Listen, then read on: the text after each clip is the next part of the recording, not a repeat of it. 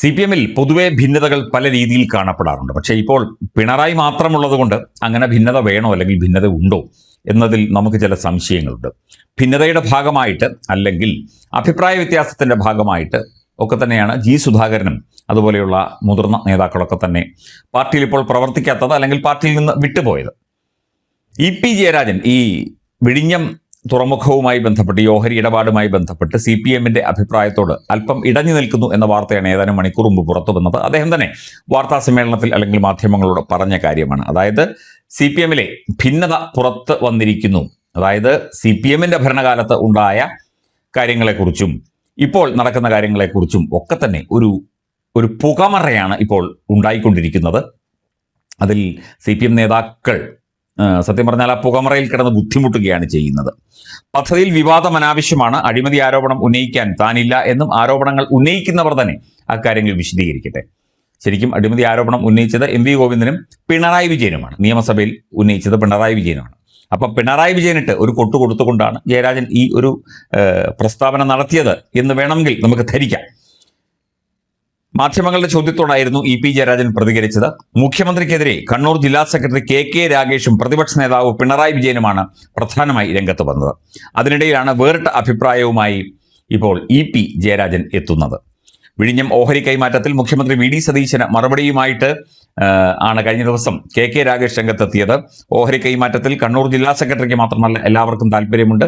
അതുപോലെ VD സതീശൻ മുഖ്യമന്ത്രിയാണ്, മഹാരാജാവല്ല തുടങ്ങിയ കാര്യങ്ങളാണ് KK രാഗേഷ് പറഞ്ഞത്. അസഹിഷ്ണുത കാണിച്ചാൽ മുഖ്യമന്ത്രിയോട് തിരിച്ച് ചോദ്യങ്ങൾ ഉണ്ടാകും എന്നൊക്കെ തന്നെ രാഗേഷ് പറഞ്ഞു എന്നുള്ളതാണ്. ഇത് ആരോപണം ഉന്നയിച്ചവർ വിശദീകരിക്കണം, അതല്ലേ വേണ്ടത്.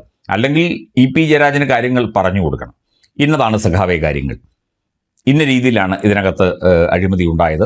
VD സതീശൻ മംഗലാപുരത്ത് പോയത് ഇതിനാണ്, അവിടെ വലിയ ഡീൽ നടന്നു. തുറമുഖ വകുപ്പ് ഇദ്ദേഹം കൈകാര്യം ചെയ്യുന്നത്, മുഖ്യമന്ത്രി തന്നെ കൈകാര്യം ചെയ്യുന്നത് അഴിമതിക്കാണ് തുടങ്ങിയ കാര്യങ്ങളെക്കുറിച്ച് ഒരു ക്ലാസ് കൊടുക്കണം. നമുക്ക് ശ്രദ്ധിച്ചറിയാം, CPM-ന്റെ നേതാക്കൾ പലരും പ്രതികരിക്കുന്നത് ഒരേ സ്വരത്തിലായിരിക്കും, ഏതാണ്ട് ഒരേ വാക്കുകൾ എടുത്തായിരിക്കും. അതായത് AKG സെന്ററിൽ നിന്ന് പടച്ചുവിടുന്ന കാര്യങ്ങൾ ആരെങ്കിലുമൊക്കെ പറഞ്ഞു കൊടുക്കുന്ന കാര്യങ്ങളാണ് ഇത്തരത്തിൽ പലയിടത്തായിട്ട് ഇവർ ഉന്നയിക്കുന്നത്. ആരോപണം ഉന്നയിച്ചവർ അതിൻ്റെ കാര്യങ്ങൾ വിശദീകരിക്കട്ടെ എന്ന് EP ജയരാജൻ പറഞ്ഞത് തീർച്ചയായിട്ടും സത്യമാണ്. അതിനോടാണ് നമ്മൾ യോജിക്കേണ്ടത്. ഇപ്പം ഞാൻ ഒരു ആരോപണം ഉന്നയിച്ചാൽ അതിൻ്റെ സത്യാവസ്ഥ മറ്റുള്ളവരെ ബോധ്യപ്പെടുത്തേണ്ട ഉത്തരവാദിത്വം എനിക്കാണ്.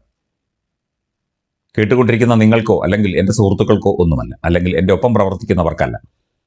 KK രാഗേഷും പിണറായി വിജയനും വിശദീകരിക്കേണ്ട കാര്യങ്ങൾ എങ്ങനെയാണ് ഇത് സംഭവിച്ചത്.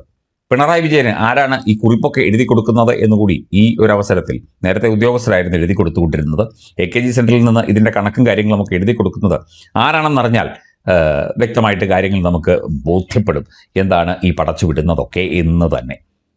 എന്തൊക്കെയായാലും EP ജയരാജൻ വീണ്ടും ഇത്തിരി പല്ലിറുമ്പുകയും മുറുമുറുക്കുകയും കണ്ണുരുട്ടുകയും ഒക്കെ ചെയ്യുന്ന കാഴ്ചയാണ് കാണുന്നത്. നേരത്തെ P ജയരാജനും ഇതേ രീതിയിൽ, അതായത് CPM-ഉമായിട്ട് കടുത്ത ഭിന്നതയിലായിരുന്നു.